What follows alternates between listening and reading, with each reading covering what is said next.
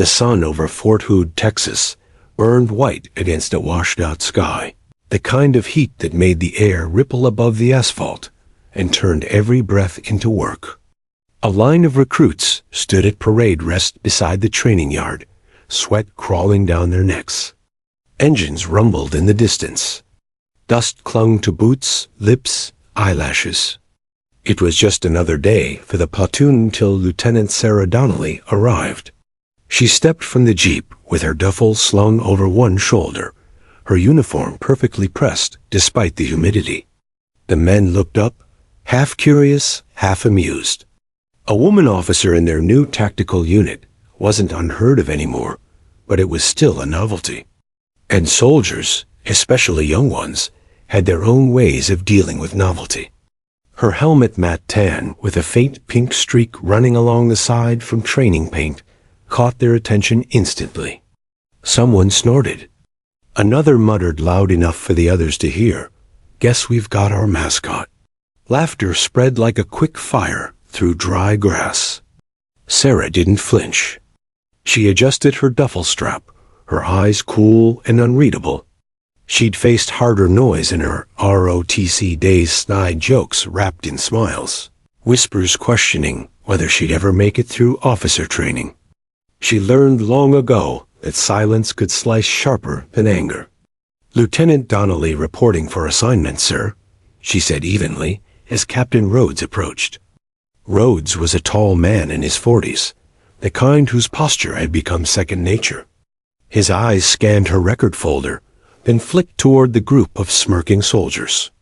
"Welcome to Bravo 6, he said, voice gravel rough. "Your team will love you, eventually." A ripple of laughter again. Rhodes didn't stop it, just gave her a knowing look, the kind that said, "Earn it yourself." "Yes, sir." Inside, the laughter wasn't what hurt, it was the echo of expectation.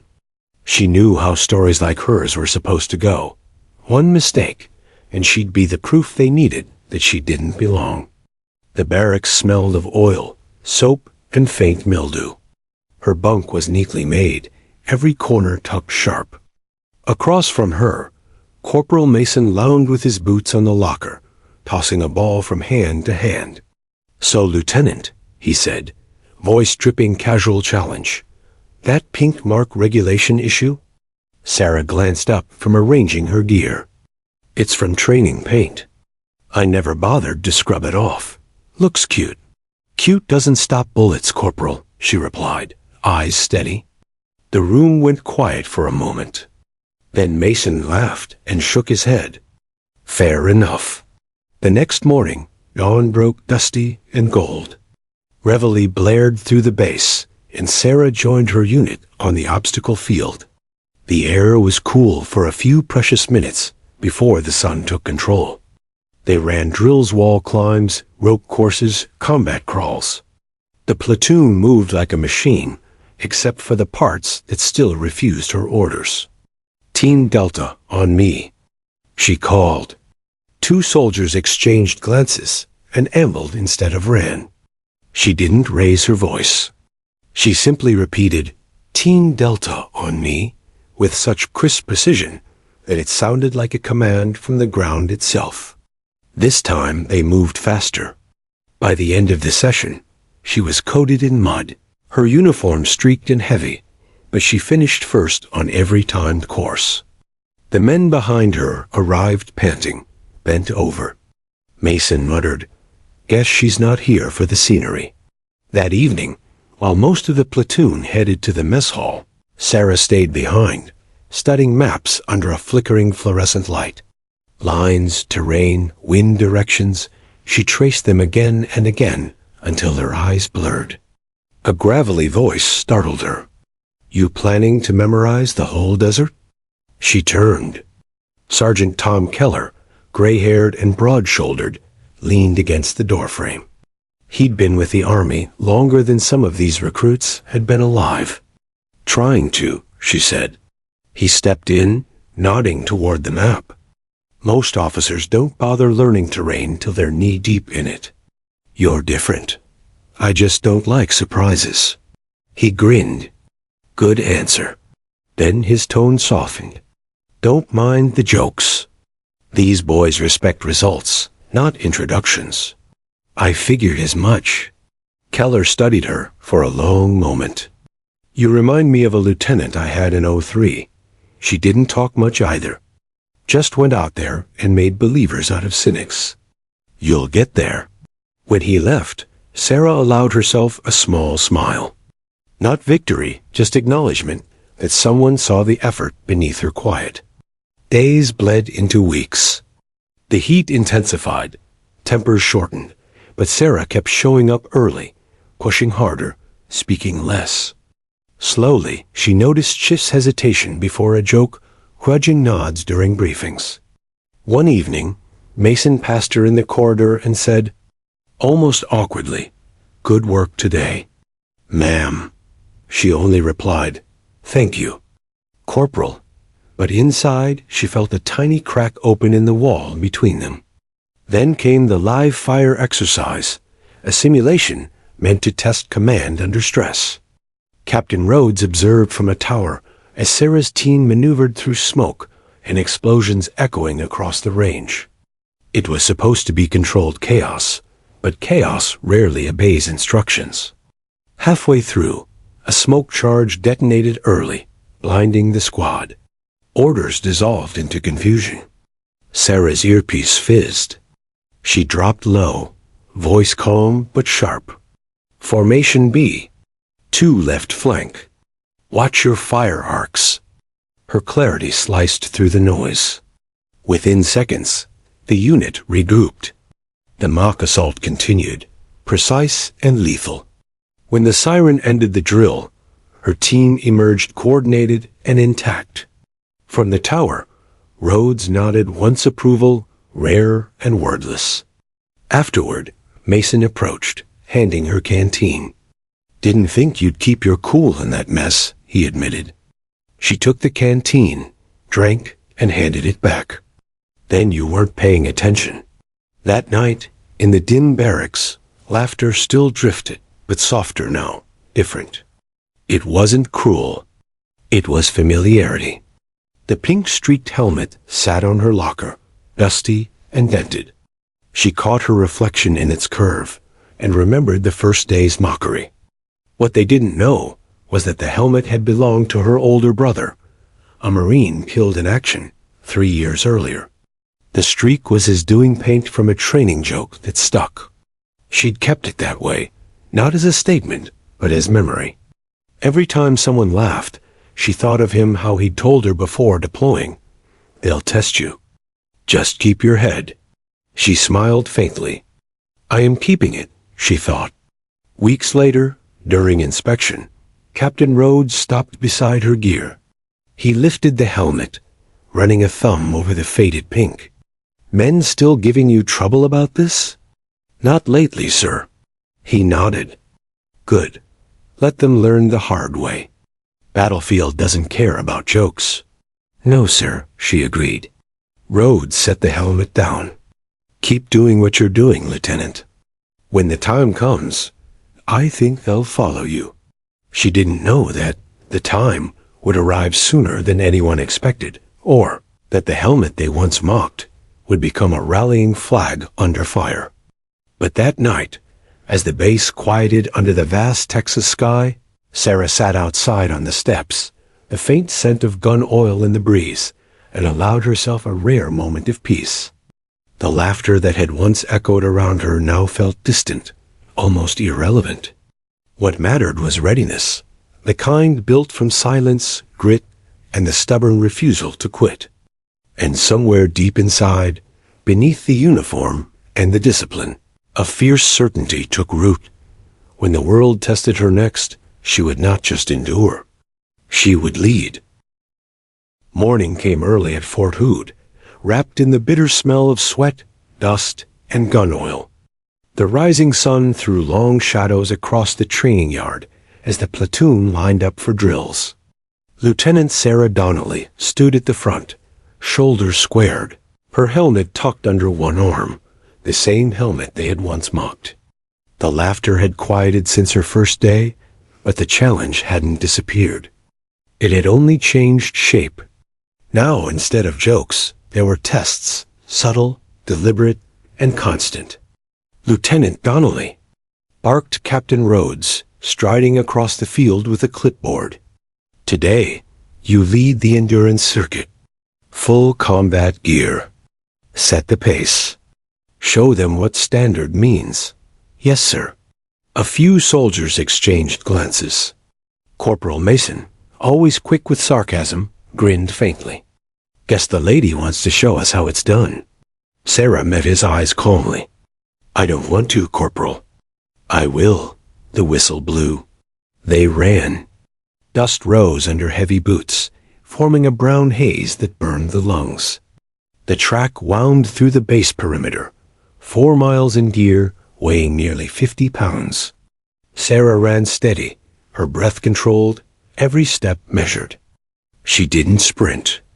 She endured. By the second mile, some of the men began to fade, their pace faltering. Mason passed her once, then slowed, grimacing. "You keeping up, Lieutenant?" He taunted, breath ragged.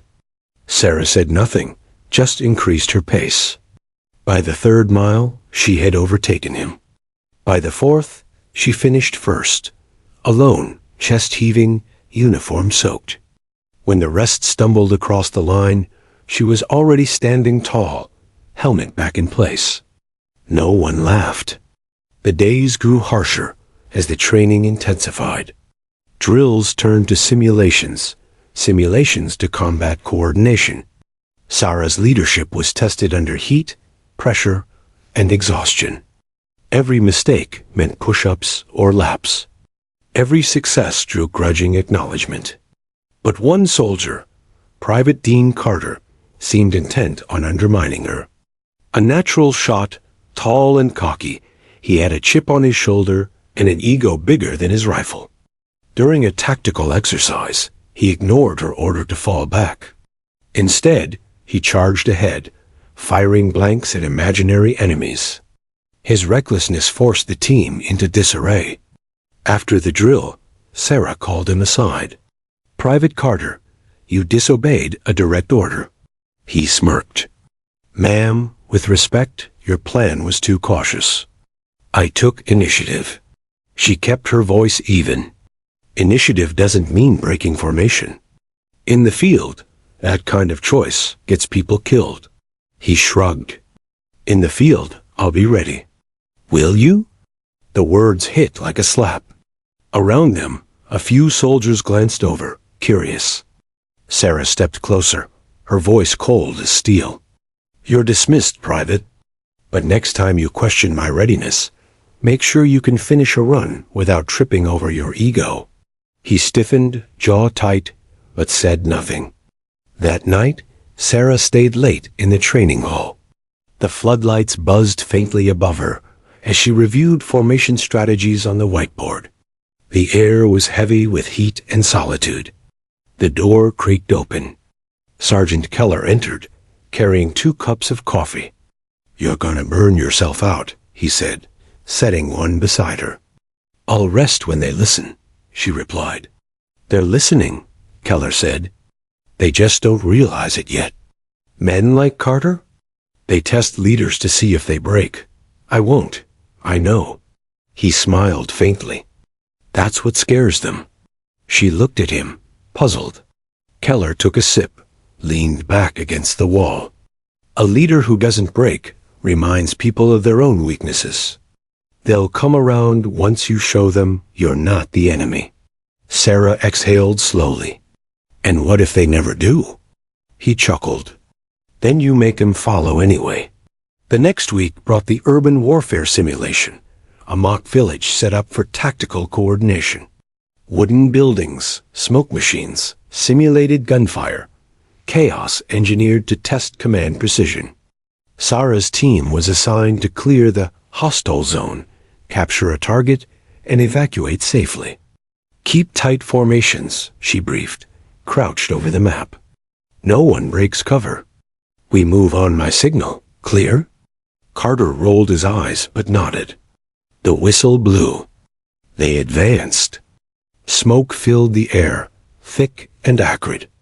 Gunfire echoed, blanks but loud enough to rattle nerves. Sarah moved like clockwork, barking clear orders over coms. Alpha, left flank secure. Bravo, eyes up. The team moved as one, until Carter, again, broke position. He spotted the enemy target ahead and charged forward. Carter, hold position. Sarah snapped. He didn't listen.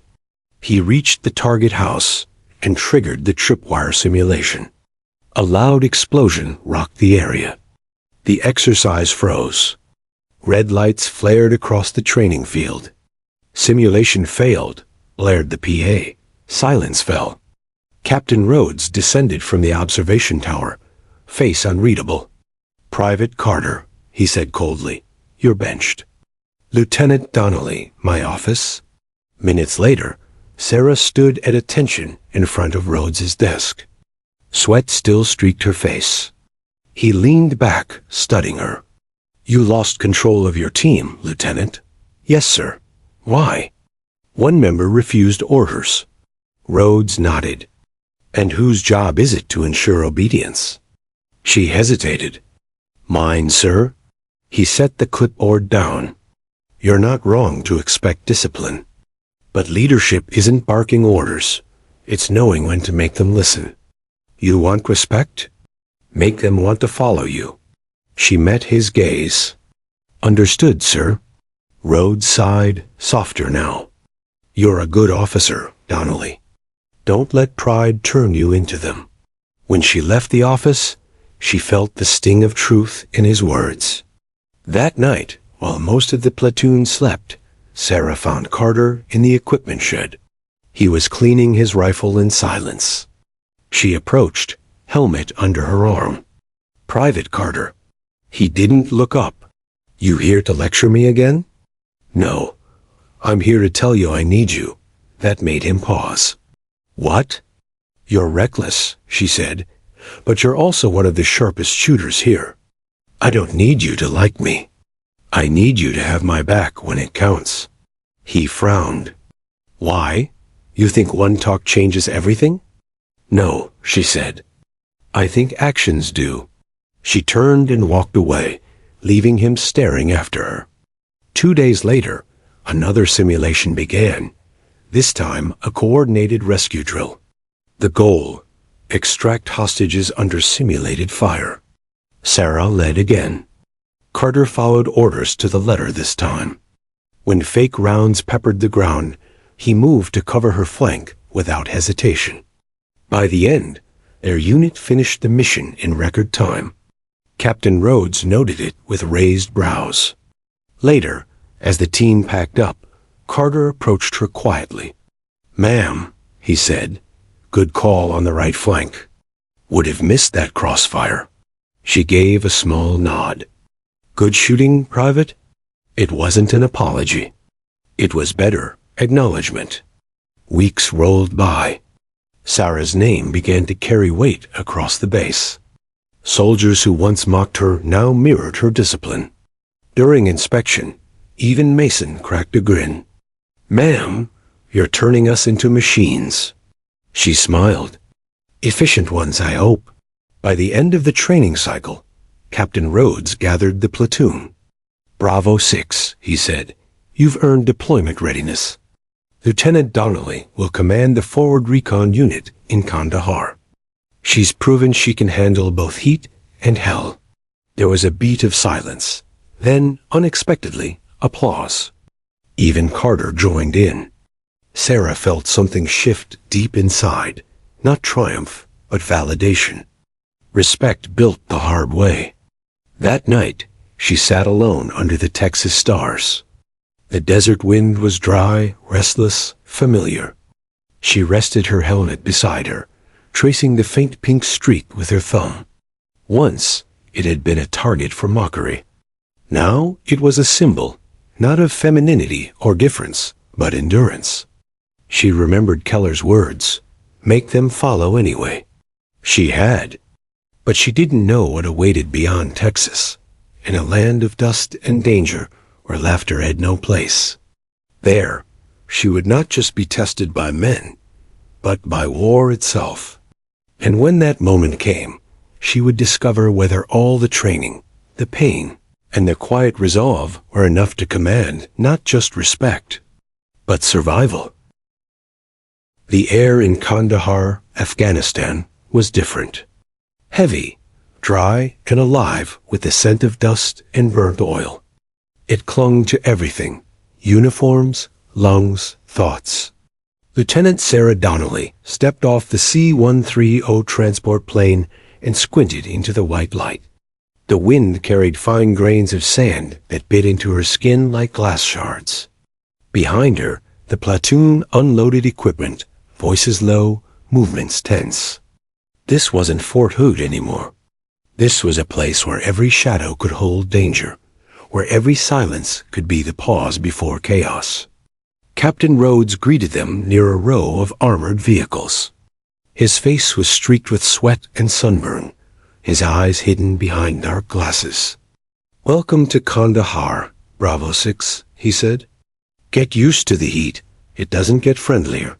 Sarah's team looked around, uneasy but excited. Private Carter muttered under his breath, "Feels like Mars." "Hotter," Mason replied. Sarah just adjusted her helmet, the familiar pink streak barely visible now beneath the dust. She'd grown used to the stares, the whispers. But here, no one had time for that. Here, competence meant survival. They settled into Camp Resolute, a walled compound buzzing with the noise of choppers, radios, and boots. The air inside smelled like diesel and coffee. Sarah's first briefing was held inside a cramped tent lined with maps and satellite images. Rhodes stood at the front, marker in hand. "Intel reports increased insurgent movement along Highway 4, he said, tapping a red circle on the map. "Ambushes, IEDs.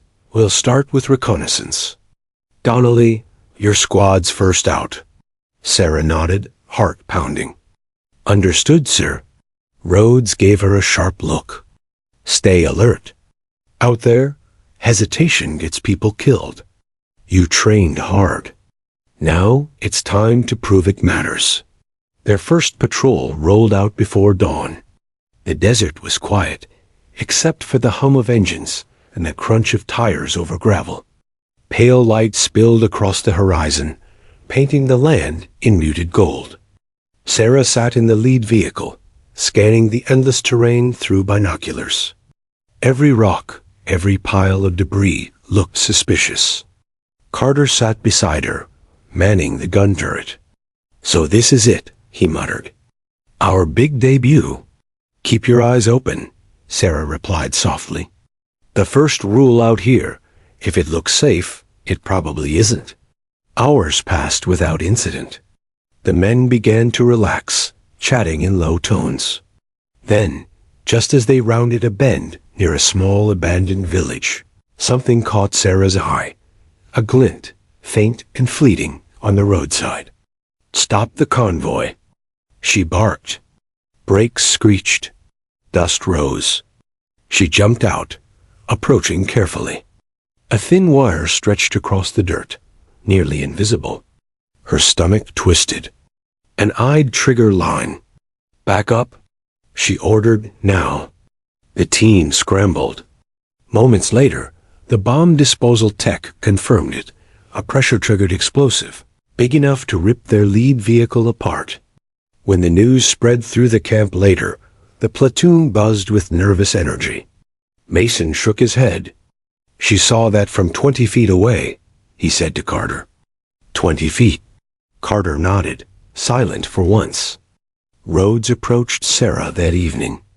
"Good call out there. You saved 6 lives." She stood at attention. "Just doing my job, sir." He gave her a rare smile. "That's what all the best ones say." The days that followed blurred together. Patrols, briefings, sleepless nights. Every sunset looked the same. A red disk sinking into the sand, painting the world in blood-colored light. Sarah kept a small notebook tucked in her vest, filled with coordinates, sketches, and quiet thoughts. Day 12. First near miss. The sand hides everything, even death. But I trust my eyes. I have to. She didn't write much about fear.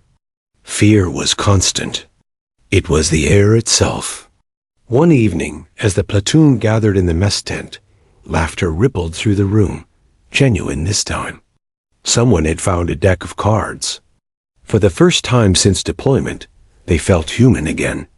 Mason called across the table, "Lieutenant, you in or out?"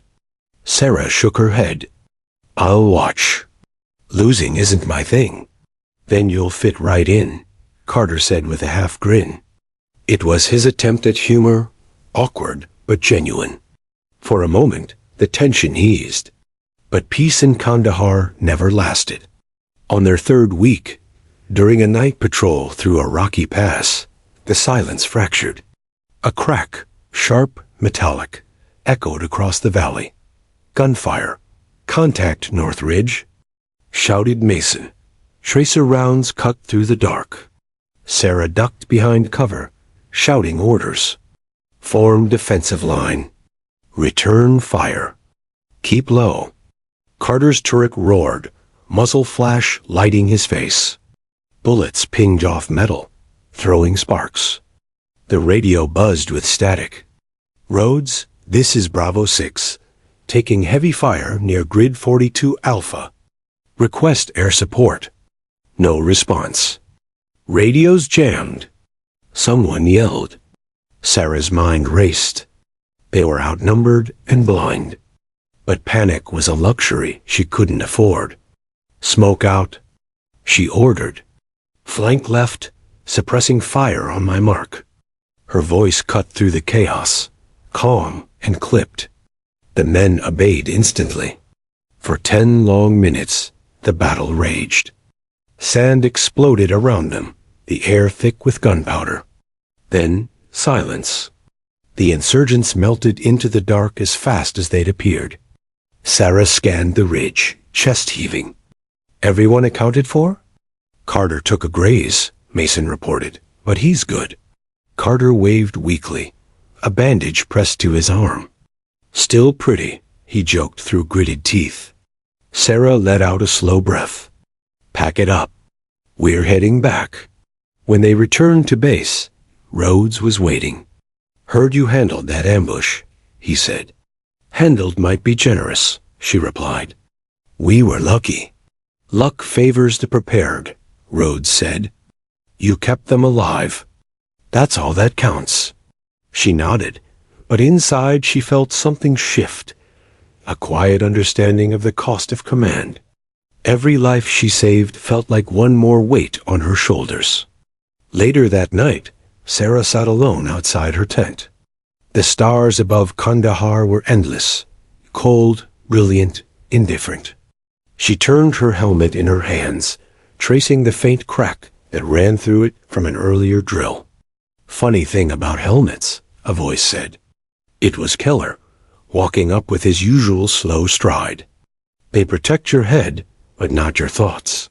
She smiled faintly. "Thoughts are harder to armor." He sat beside her. "You did good out there." Words spreading. "The platoon's got your back now." Sarah looked out at the dark horizon. "Respect's one thing, Sergeant. Trust? That's earned every day." Keller nodded. "Keep earning it, Lieutenant. You're made for this." The next morning, Sarah found a small surprise waiting in the mess hall. Her helmet, cleaned, polished, and resting at her seat. A note taped inside read, "You see things before we do. You keep us alive." That's worth more than jokes. Bravo 6, she stared at it, speechless. For the first time in months, her throat tightened, not from dust, but emotion.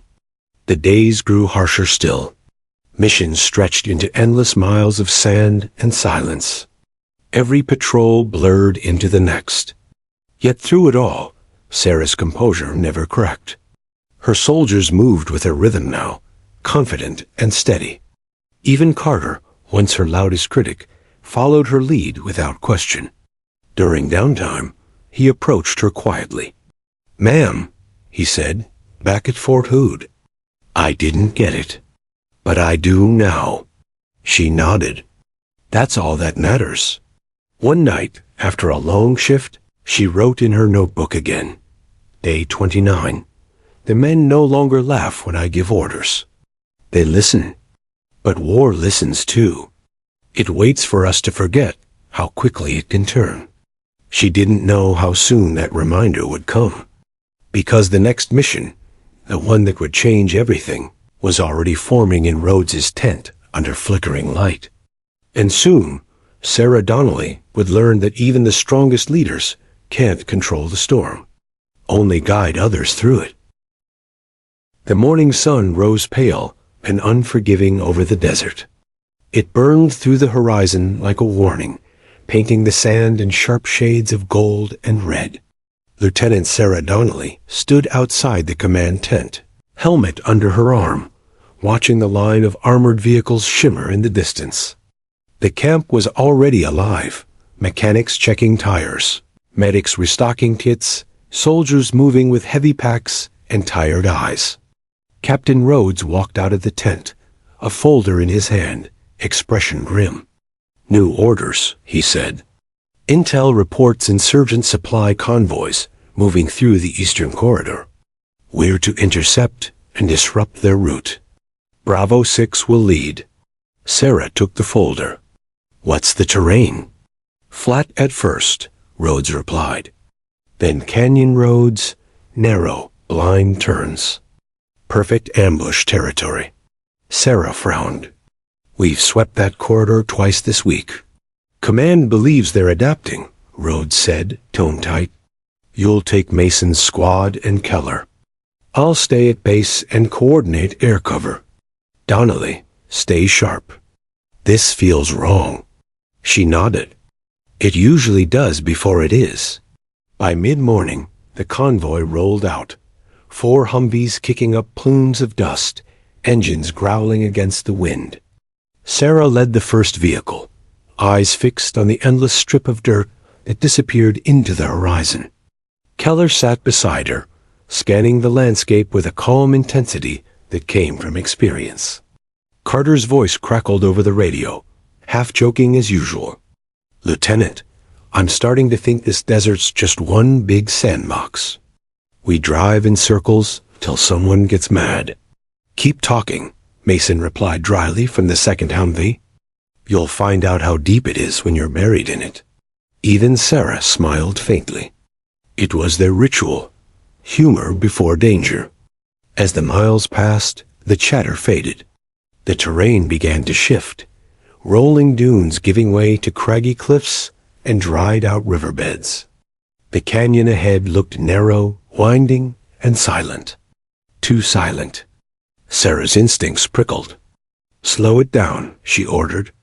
"Copy that," Keller said, tapping the brakes. The convoy crawled forward. The radio hissed with static. Sarah's eyes flicked between the cliffs and the road. Something about the pattern of rocks didn't sit right. A darker patch near the bend, almost too perfect. She leaned forward. "Keller, stop, now." The Humvee halted. Dust swirled around them. She squinted, heart pounding. The shape wasn't natural. It was too even, too deliberate. A lump half buried under sand, wires barely visible in the sunlight. Her stomach dropped. "I'd," she shouted. "Reverse." The explosion cut her off. A deafening roar split the air.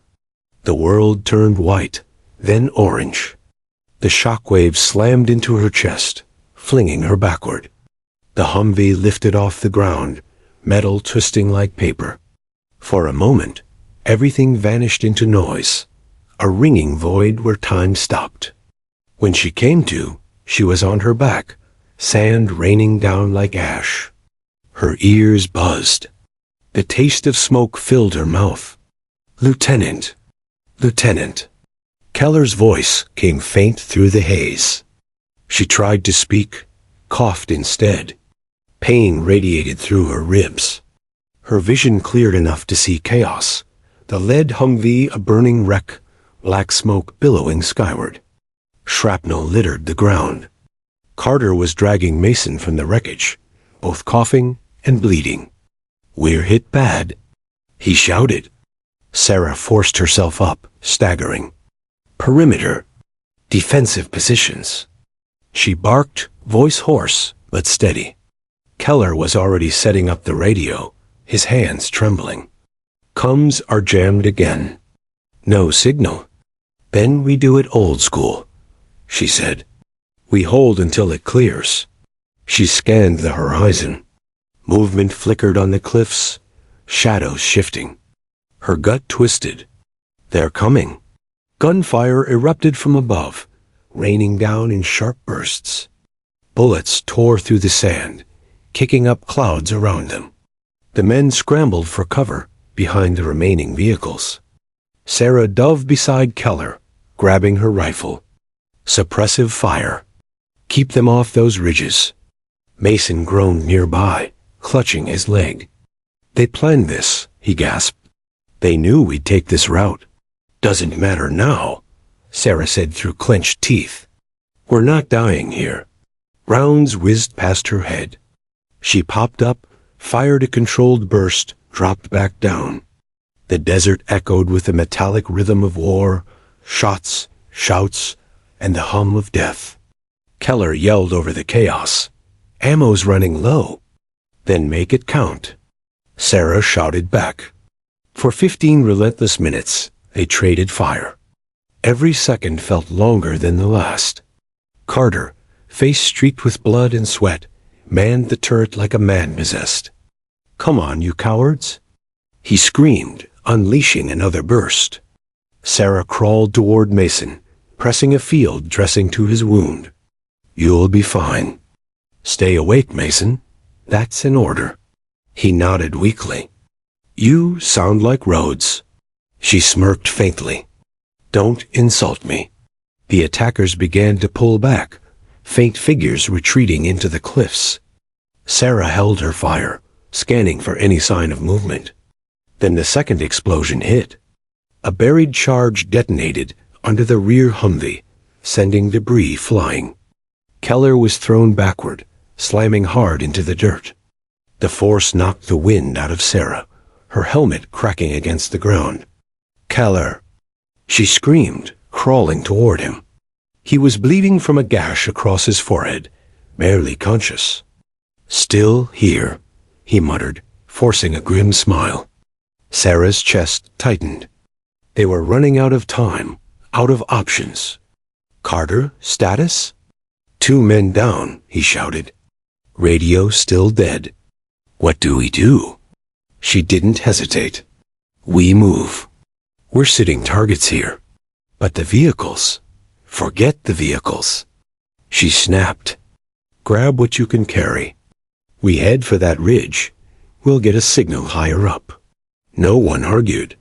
They moved fast, half carrying Mason and Keller, adrenaline pushing them beyond exhaustion.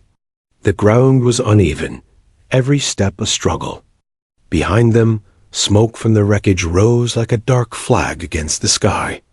Sarah glanced back once, at the charred remains of her lead Humvee, at the wrecked helmets scattered across the sand. Her own helmet felt heavier now, as if it carried their ghosts. By the time they reached the ridge, the sun was bleeding into the horizon. The heat had begun to fade, replaced by the chill of evening. Sarah set up the radio again, praying for a signal. Static, then, faintly, a voice. "Bravo 6, this is command. Report." Sarah exhaled, relief cutting through the pain. "This is Donnelly. We've been ambushed. Multiple casualties. Vehicles destroyed. Request immediate evac." "Copy that, Donnelly," Rhodes's voice came through, tight with worry. "Hold your position. Air support en route. ETA 10 minutes." She looked around at her battered squad, faces covered in dust and blood, eyes hollow but alive. "You heard the man," she said quietly. 10 minutes. We can hold that." Carter chuckled darkly. "After today, Mom, I'd say we can hold 10 hours. Sarah smiled faintly. Despite everything. Let's not test it. The rescue came in the form of 2 Apaches, their rotors chopping through the dusk. The gunships circled above, unleashing precision fire into the cliffs. The insurgents scattered, the battle ending as suddenly as it began.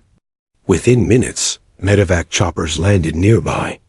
Medics rushed out, tending to the wounded. Sarah stayed back, watching as Mason and Keller were lifted onto stretchers. Rhodes stepped off one of the choppers, face grim. You disobeyed orders, leaving the vehicles, he said quietly. Sarah met his gaze. If we stayed, they'd all be dead. He held her stare for a long moment, then nodded. You made the right call. Her voice softened. Not soon enough. Rhodes put a hand on her shoulder. Out here, there's no such thing as soon enough. That night, the camp was silent. The men who returned from the canyon moved slowly, eyes haunted. Sarah sat outside the med tent, helmet in her lap again. The pink streak was gone now, burned off, scuffed by shrapnel and smoke.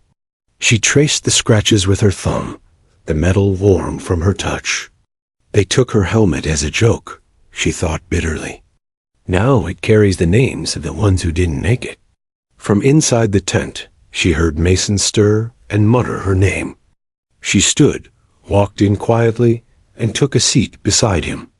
He opened one eye, groggy from painkillers. We made it? We did. He smiled weakly. Told you, ma'am. You're bad luck for the enemy. She chuckled softly, then looked away, out the tent flap toward the dark sky. The wind whispered across the camp, carrying the faint hum of choppers still circling above. Tomorrow, there would be more missions, more orders, more danger. But for tonight, she let herself breathe. Because in that brutal desert, survival wasn't victory. It was defiance. And Sarah Donnelly, helmet scarred, eyes steady, had learned how to defy death itself. The hum of hospital generators replaced the sound of gunfire. The sterile scent of antiseptic filled the air where once there had been the acrid tang of burning metal. Lieutenant Sarah Donnelly opened her eyes to the low ceiling of a military field hospital. The fluorescent lights flickered softly overhead. Her ears still rang faintly, a ghost of the explosion that had thrown her world into chaos. For a long moment, she didn't move. She stared at the white canvas walls, the silhouette of medics passing by, the faint beeping of monitors nearby. Her body ached in a dozen places, her ribs bandaged tight, her right arm in a sling. When the curtain beside her bed parted, Sergeant Keller stood there, bruised, stitched, and grinning faintly. You look like hell, he said. Sarah smirked weakly. You're one to talk. He limped closer and dropped into the chair beside her. Rhodes told me what happened. The brass is calling it a tactical success. We took out the supply convoy after all. Success, she echoed quietly, eyes unfocused. That's one word for it. Keller nodded, reading the weight in her tone. Mason's alive. Carter too. Lost 2 men, but it could have been worse. Sarah closed her eyes. It could have been worse. The phrase soldiers always used to dull the sting of loss. But she could still see their faces. Private Lewis, who had just turned 22. Corporal Vega, who had been writing to his newborn daughter. Their helmets lay cracked in her memory, like symbols of promises broken. 3 days later, Rhodes visited her. He stood at her bedside in full uniform, his expression softer than usual. You did everything right, Lieutenant, he said quietly. Command agrees. You're being recommended for the Silver Star. Sarah blinked. For surviving? For saving what was left, he replied. For pulling your men out under fire. For holding your position. For not folding when everything went to hell. She didn't answer immediately. Her gaze drifted to the window flap, where the desert wind whispered through the seams. "I didn't save everyone," she said finally. "No one does," Rhodes replied. "That's the first rule of war. The second, you honor those you couldn't." He placed a small metal box on the bedside table. "You'll wear it when you're ready." Then he turned and walked away, leaving her alone with her thoughts. Weeks passed. Her physical wounds healed faster than the rest. The nightmares didn't. In sleep, she was always back in the canyon, the ground shaking, her men shouting her name, the smell of smoke and blood thick in her throat. She'd wake up gasping, drenched in sweat, clutching her cracked helmet like a lifeline. When she was cleared to walk, she spent her mornings outside the infirmary, sitting on a wooden crate overlooking the vast emptiness of the base perimeter. The same desert that had tried to kill her now looked strangely peaceful. Carter would sometimes join her, his arm still in a sling. He'd joke about anything, the food, the heat, the endless sand. But even he spoke more softly now, as if war had carved a new tone into his voice. One afternoon, he handed her a small folded note. "What's this?" she asked. "Letter from Viga's wife," he said. She wanted to thank whoever kept her husband's tags. Sarah's throat tightened. She reached into her vest pocket. The tags were still there, the metal worn smooth from being held too long. "She doesn't owe me thanks," Sarah murmured. "He was one of ours." Carter nodded. "Still, she deserves to know his commander didn't forget." Sarah looked out toward the horizon, eyes stinging. "No one forgets, Carter. That's the problem." When the official ceremony came, it felt surreal. The camp courtyard had been swept clean, the soldiers lined in formation. A faint breeze carried dust across the parade ground. Rhodes stood beside her in his dress uniform, medals gleaming. A visiting general read from a card, for gallantry in action, for leadership under fire, and for saving the lives of her platoon. Lieutenant Sarah Donnelly is hereby awarded the Silver Star. Applause followed, brief, polite, restrained. Sarah stepped forward, saluted, and accepted the medal. The sun glinted off its polished surface, blinding for a second. She pinned it to her uniform, feeling its weight. It didn't feel like pride. It felt like memory made metal. After the ceremony, the men gathered around her. Keller clapped her shoulder. "You earned it, ma'am." She shook her head. "We all did. I just happened to be standing." Mason grinned faintly. "Standing's half the battle." Even Rhodes allowed himself a rare smile. "You've done your country proud, Donnelly. But if I know you, you're not celebrating tonight." "You're right," she said quietly. "I'm not." That night, she sat alone in her quarters, the medal lying on the table beside her helmet. The desert wind hummed softly through the cracks. She opened her notebook, the one she'd carried since deployment, and began to write. Day 47. They gave me a medal today. It shines too brightly for what it represents. I can still hear the blast, still see their faces. I'm supposed to wear it with honor, but all I can think is it should weigh more. It should hurt more. Maybe that's how you know it means something. Her handwriting wavered near the end. She closed the book and stared at the medal for a long time, then whispered, "You didn't die for this piece of metal. You died for each other." 2 weeks later, she was cleared for active duty again. The moment the papers were signed, Rhodes called her into his office. "You sure you're ready?" he asked. She met his eyes, steady and sure. "I can't sit in a tent forever. My men are still out there." He studied her for a long moment, then nodded. "Then I'll trust your call. But Donnelly, don't confuse surviving with healing." She gave a small smile. "I'm still figuring out the difference." The new mission was quieter, supply escort along the southern perimeter. Nothing like the chaos of the canyon. But Sarah felt the tension in every silence, the pulse of danger beneath calm skies. When a local child waved as they passed through a small village, Sarah caught herself smiling.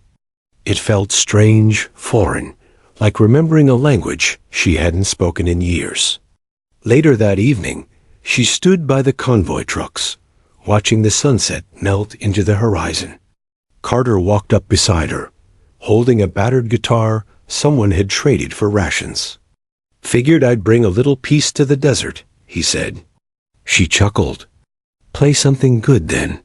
He strummed softly, an old country tune, worn thin but warm. For the first time in months, Sarah felt the noise in her chest quiet. As the song faded, she looked out at the sand dunes. "It's strange," she said. "We fight over this land, but it never belongs to anyone. It just keeps existing, waiting for the next storm." Carter glanced at her. "You think the fighting ever really ends?" She thought about it for a moment. "Not out here," she said softly. "But maybe inside us, it can." Back in her tent that night, she placed the silver star inside her notebook, between the pages filled with her soldiers' names.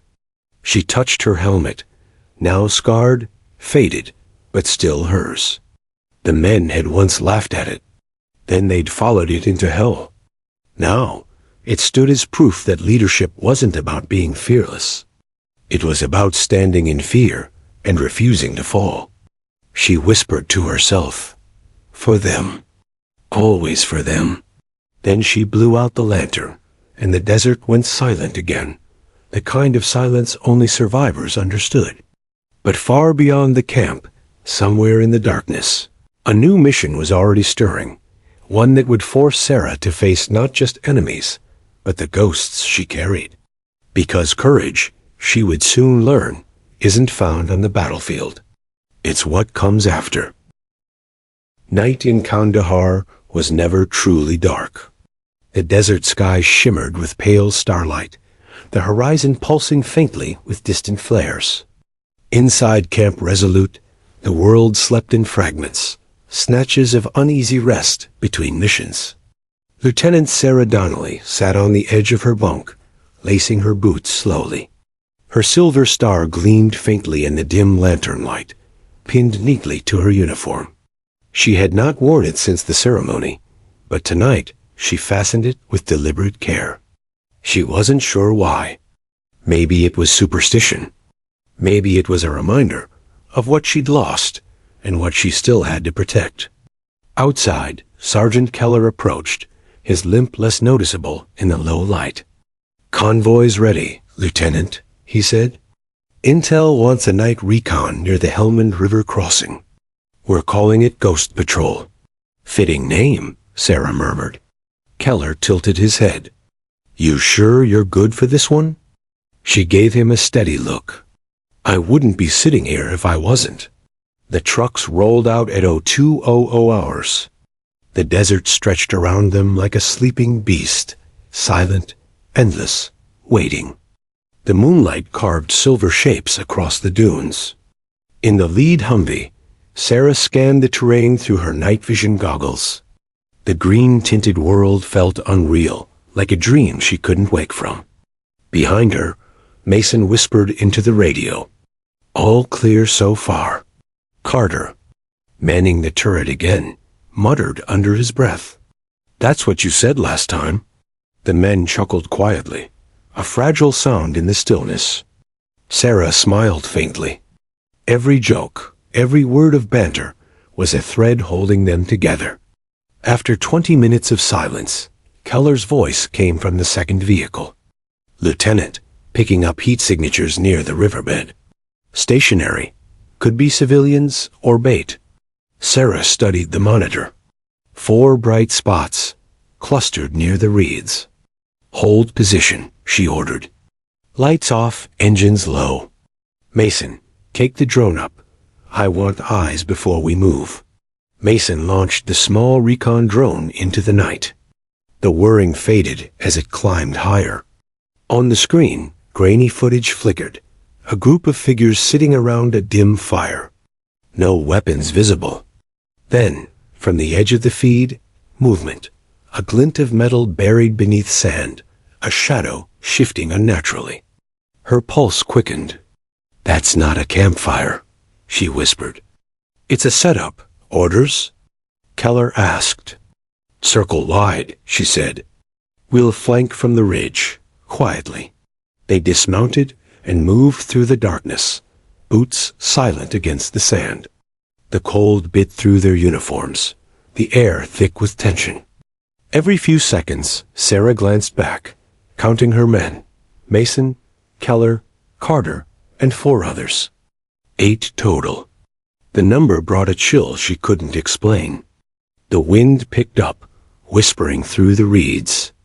The sound reminded her of the canyon, of the last time she'd heard silence right before the world exploded. Her grip on her rifle tightened. They reached the ridge overlooking the supposed camp. Below, the figures sat unmoving, too still to be human. Sarah raised her scope, and her blood ran cold.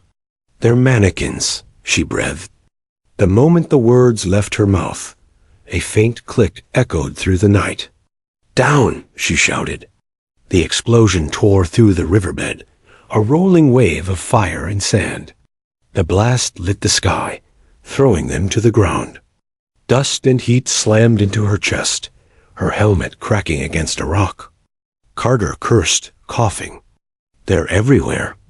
Gunfire erupted from the dark, muzzle flashes from the dunes.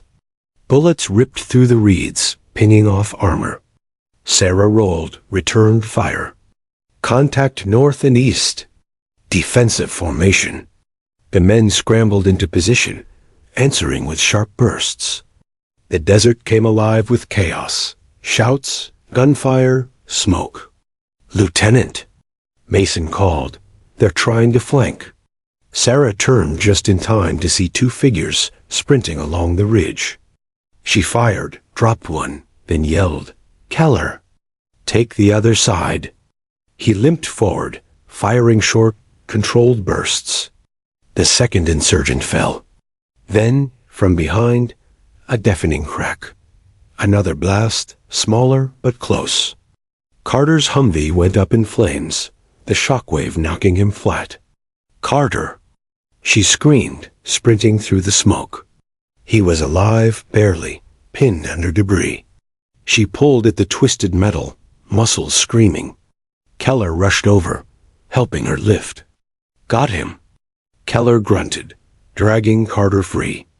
Carter coughed violently, blood on his lips. Still, ugly as ever, he rasped. "Good," Sarah said, choking out a breathless laugh. "Stay that way." For 20 agonizing minutes, they fought through darkness and confusion. The gunfire finally tapered off, leaving only the sound of wind and crackling fire. The insurgents had vanished back into the night. Sarah dropped to one knee, chest heaving. Around her, the squad gathered, faces gray with exhaustion. Mason checked the drone feed again. "They're gone. Nothing left but wreckage." Sarah nodded slowly. "Get the wounded on stretchers." "We're heading back." Keller frowned. "We'll never make it by dawn." "Then we'll make it anyway," she said firmly. "We're not ghosts yet." They moved through the desert in silence, carrying Carter between them. Each step felt heavier, each breath sharper.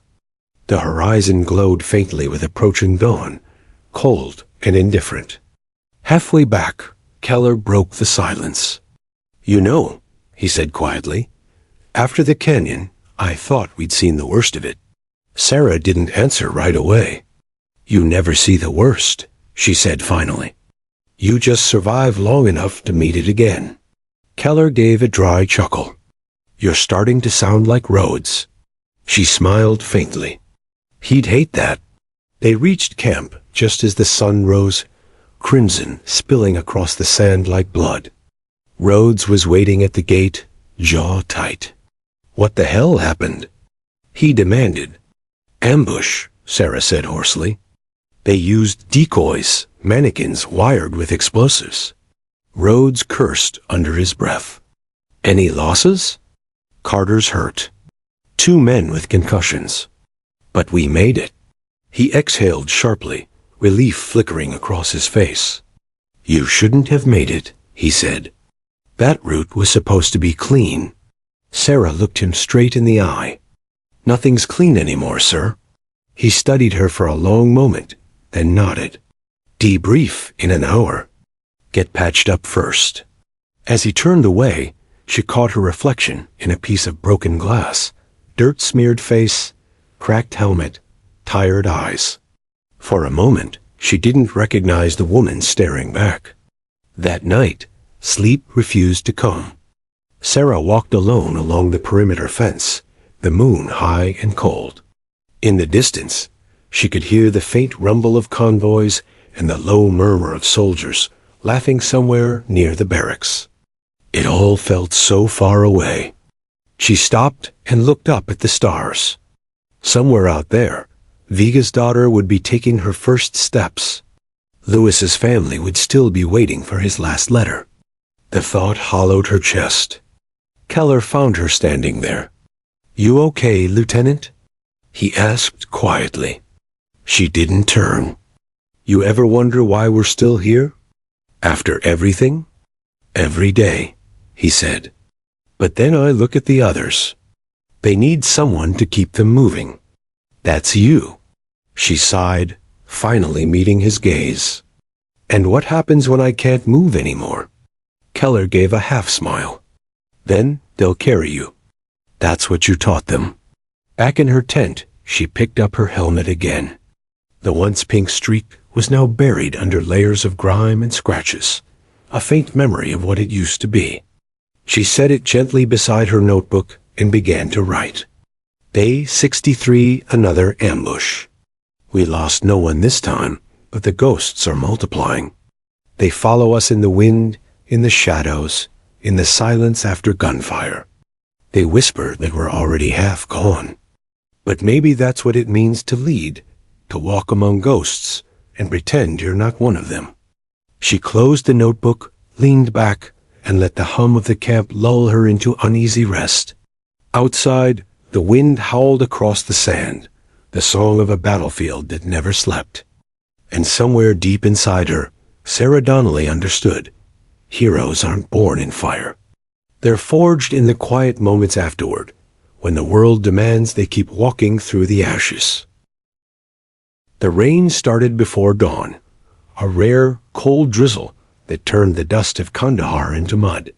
It pattered softly on the canvas roofs and metal containers, muting the camp's usual clang and hum. Lieutenant Sarah Donnelly sat alone in the chung command tent, staring at the operational map pinned to the wall. Red lines traced enemy routes like veins, pulsing across the country. She didn't see the terrain anymore, only faces. Carter, Viga, Lewis. Names she could never erase. Her radio crackled. Lieutenant Donnelly, this is Rhodes. Briefing room, 5 minutes. She stood slowly, every movement deliberate, mechanical. The sleep deprivation had become a rhythm. Exhaustion was simply part of existence now. When she entered the briefing room, Major Rhodes and 2 intelligence officers were already there. A projector flickered to life, showing satellite imagery, a dusty compound surrounded by dunes. Rhodes gestured to the screen. We've got a high-value target, Khalid Nareem, weapons supplier. He's been hiding here, moving shipments through the southern corridor. Command wants him alive. Sarah's jaw tightened. Alive? Yes, Rhodes said flatly. He knows names, routes, American contractors. You bring him in, and this war gets shorter. She studied the map again.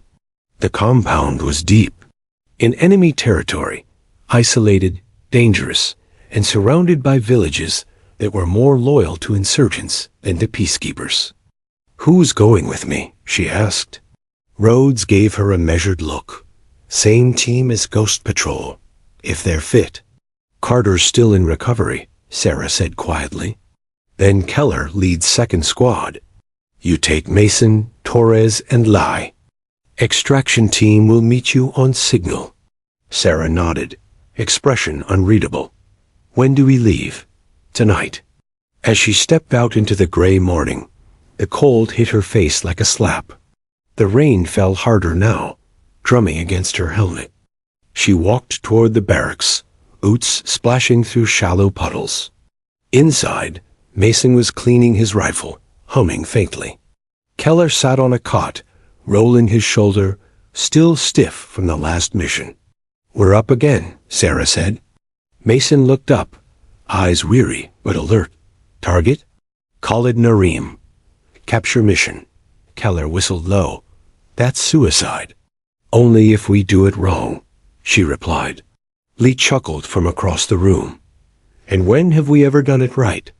The squad laughed quietly, a tired, familiar sound. For a moment, Sarah felt something almost like peace. But it didn't last. That night, they moved out under cover of darkness. The convoy was small, 2 Humvees and a support truck. The rain had stopped, leaving the air thick and heavy. The road was rough, weaving through canyons and broken villages. Mason drove while Sarah watched the horizon through her night scope. Feels too quiet, Lee muttered. It's never too quiet, Sarah said softly. It's just the calm before someone makes a mistake. They arrived near the compound at 0200. The moon hung low and pale, half hidden behind clouds. From their vantage point on the ridge, they could see movement below, guards walking lazy circles, flashlights cutting arcs through the dark. Sarah knelt beside Keller, 2 guards on the north wall, another by the truck. Mason, Torres, you take the east side. Lee, you're with me. We breach from the back. Keller frowned. And extraction? Once we secure the target, we signal roads, she said. Simple in theory, complicated in practice. They slipped through the sand in silence. Sarah's heart pounded in her chest, every sense sharpened. The rain had erased footprints, a small mercy. Near the back gate, she held up her fist. The team froze. A single guard stood smoking by the entrance, his rifle slung carelessly. Lee crept up behind him like a shadow, one swift motion, a hand over the mouth, a quick strike. The man dropped silently. Sarah gave a nod. Move. Inside, the compound smelled of oil and damp earth. Crates were stacked high, stamped with foreign markings. Russian ammunition, American tech, a dozen lives worth of weaponry. Then, from the far corner, a voice. Lieutenant Donnelly. She froze. A man stepped from the shadows, hands raised. Middle-aged, gray in his beard, eyes sharp and calm. Nareem, she said quietly. I was wondering when they'd send you, he replied in flawless English. The woman with the pink helmet. Her stomach clenched. You know who I am. I know what you did in the canyon, he said. I know you lost good men because someone in your chain of command sold information. You think you're fighting the enemy, Lieutenant, but you're fighting the wrong one. Lee aimed his rifle. Shut up, Sarah hesitated. Who told you that? Nareem smiled faintly. I don't need to tell you. You already suspected. A sharp click echoed from the gate. Mason's voice burst over comms. Contact. Multiple tangos approaching. Damn it, Sarah hissed. We've been compromised. Gunfire erupted outside. Bullets tore through the walls, sparks flying. Mason's voice again. They've got reinforcements. Sarah grabbed Nareem by the arm. You're coming with us. He didn't resist. You'll never make it, he said calmly. Watch me. They sprinted toward the truck, bullets snapping past. Keller threw smoke grenades, covering their retreat. Lee fired short bursts, clearing the path. Mason pulled up in the Humvee, door swinging open. Get in, they piled in. Sarah, Lee, Nareem, Keller last. The truck roared to life, tires spitting mud as they sped into the night. Behind them, the compound exploded. Fire and thunder lighting up the horizon. Radio's dead. Mason shouted over the noise. Sarah slammed her fist against the console. They must have jammed it. Keep driving North Ridge, then cut east.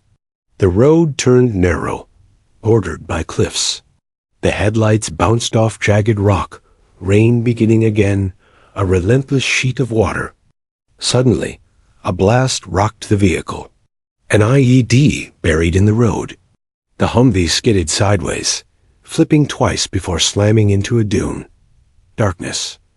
For a long time, Sarah heard nothing but the ringing in her ears. Then, distant shouting.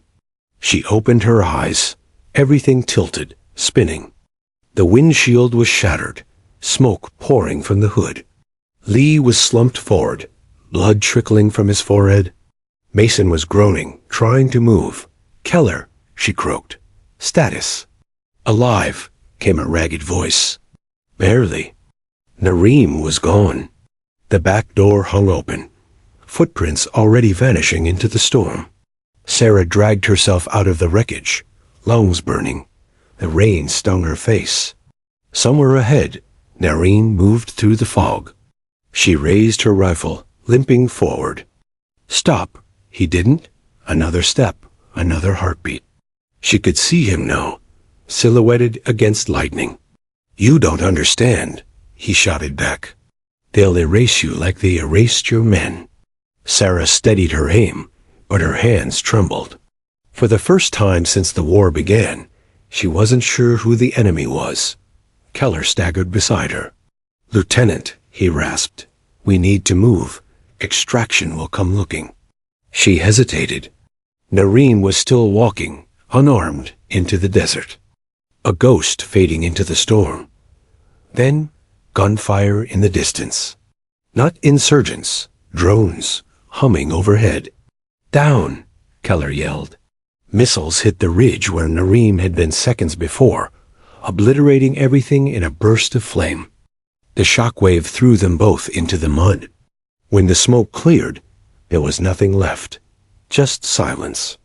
Hours later, they were found by a recovery team.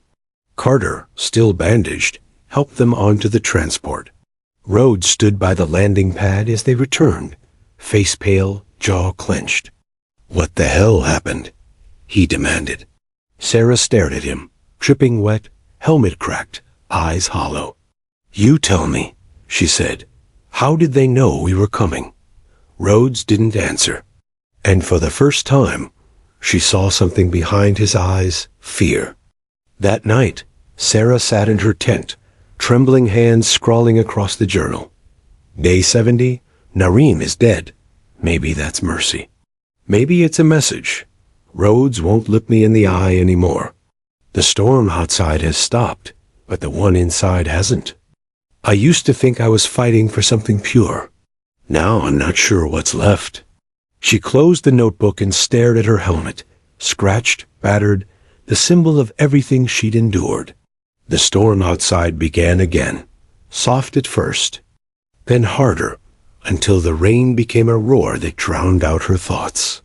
For the first time since the canyon, Lieutenant Sarah Donnelly cried, not for herself, but for everything the battlefield had taken. And in the dark, thunder rolling like distant artillery, she finally realized the hardest battles aren't fought on sand or stone. They're fought inside the soul, long after the shooting stops. The desert was quiet now, deceptively quiet. Lieutenant Sarah Donnelly stood atop a ridge overlooking the burned-out remains of the southern compound. The sun had just begun its slow climb, casting long shadows across jagged rocks and sand that still smelled faintly of smoke and blood.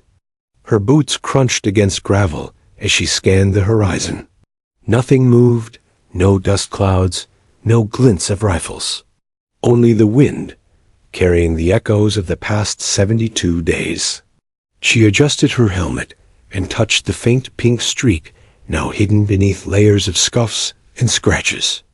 It had started as a joke among her men, a nickname for a new, untested lieutenant. Now it was a symbol, of survival, leadership, and every life she'd carried through hell. Keller approached silently, his face tight and weathered. "Intel's clean. No sign of movement. Command's waiting for your signal to move in." Sarah exhaled slowly. "Then let's finish this." The plan was simple in theory. Sweep the abandoned area for evidence of Khalid Nareem's network, recover intel, and secure any surviving threats. Extraction would meet them at the North Ridge in 2 hours. But Sarah had learned never to trust simplicity. Every step she took reminded her of the ambushes, the explosions, the faces of men she could not save. She moved her squad carefully, Mason, Lee, and Torres, through the shadows. The remains of the compound were a maze of burned crates, twisted metal, and shattered equipment. The wind carried whispers, or perhaps memory. She couldn't tell the difference. "Watch corners," she muttered. Anything could be rigged. They moved in silence, rifles raised, every sense alert. The desert that had once felt alive now seemed haunted, a graveyard for those who'd fallen, and a warning for those still walking. Hours passed with nothing but the crunch of boots and the occasional call of distant birds. Then Mason froze, raising a hand. "Movement," he whispered. Through the remnants of a collapsed wall, 3 figures emerged.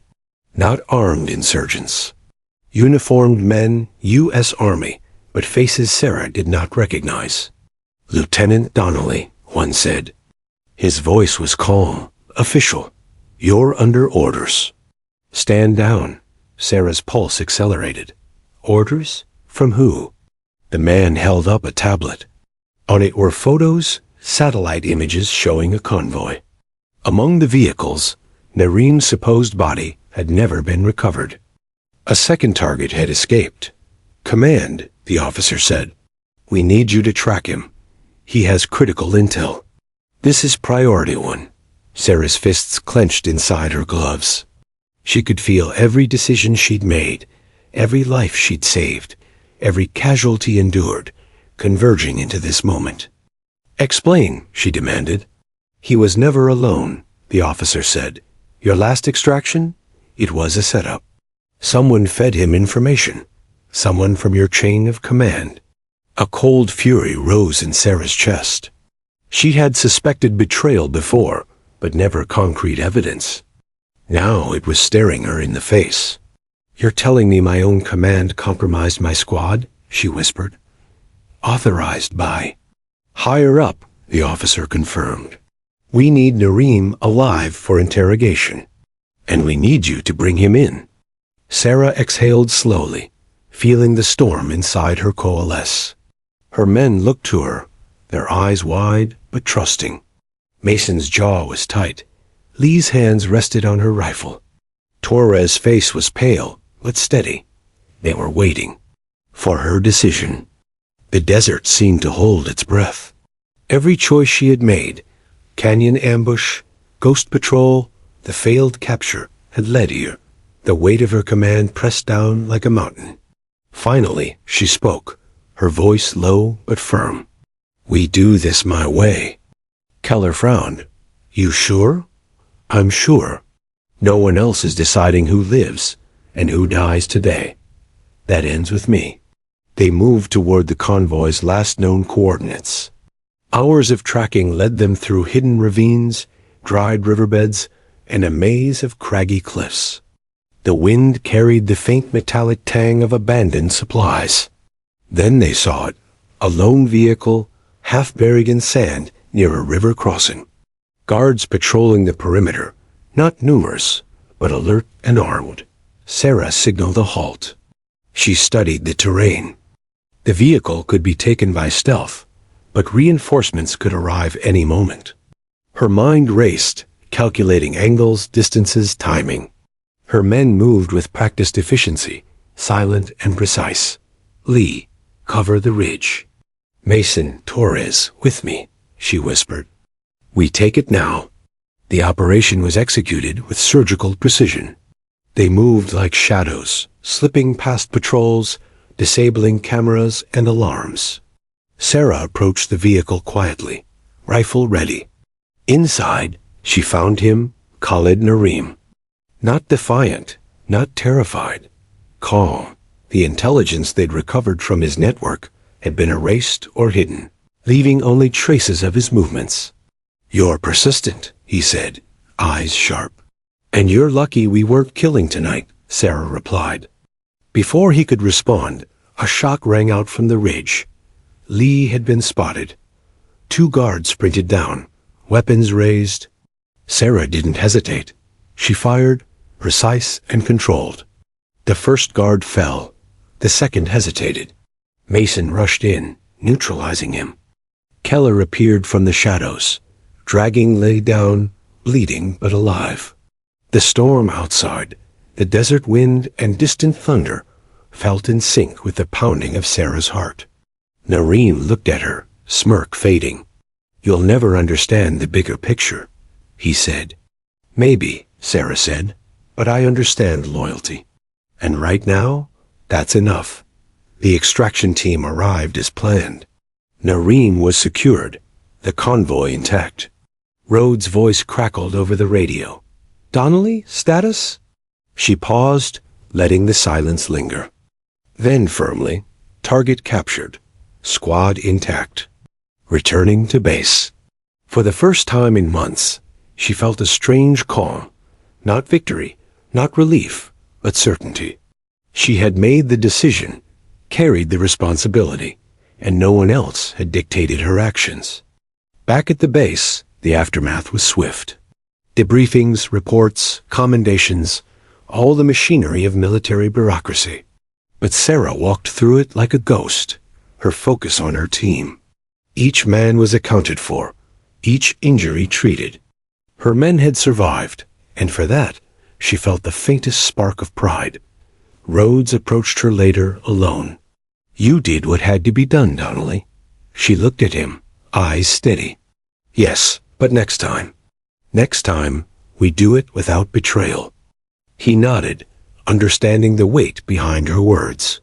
That night, Sarah returned to her tent, finally allowing herself to breathe. She opened her notebook, placing the silver star beside the helmet once more. She traced her fingers over the scratches and dents, a map of survival, pain, and leadership. Day 85. We finished the mission. The target is secure. The storm outside has ended, but the one inside never will. Command is flawed, the system imperfect. I can't fix that, but I can protect the men under my watch. And I will, as long as I live. She closed the notebook, leaning back against the wall. Outside, the desert was calm, the stars sharp and cold. The wind whispered, not with threats, but with quiet acknowledgement. Sarah Donnelly knew one truth above all. The battlefield wasn't only out there. It was inside her. And she had survived it, not just because of courage or luck or a pink streak in a helmet, but because she had chosen, again and again, to lead with heart, resolve, and unflinching determination. She closed her eyes, letting the silence wash over her. For the first time in months, she let herself imagine a life beyond the desert, beyond the chaos, beyond the storms within. And somewhere deep inside, she knew she had finally earned the right to carry her helmet, scars, dents, and all, as a symbol not of war, but of survival, honor, and the indomitable will of a soldier who refused to bow. The desert had tested her. The world had tried to break her. And yet, Lieutenant Sarah Donnelly stood tall, the final command hers alone.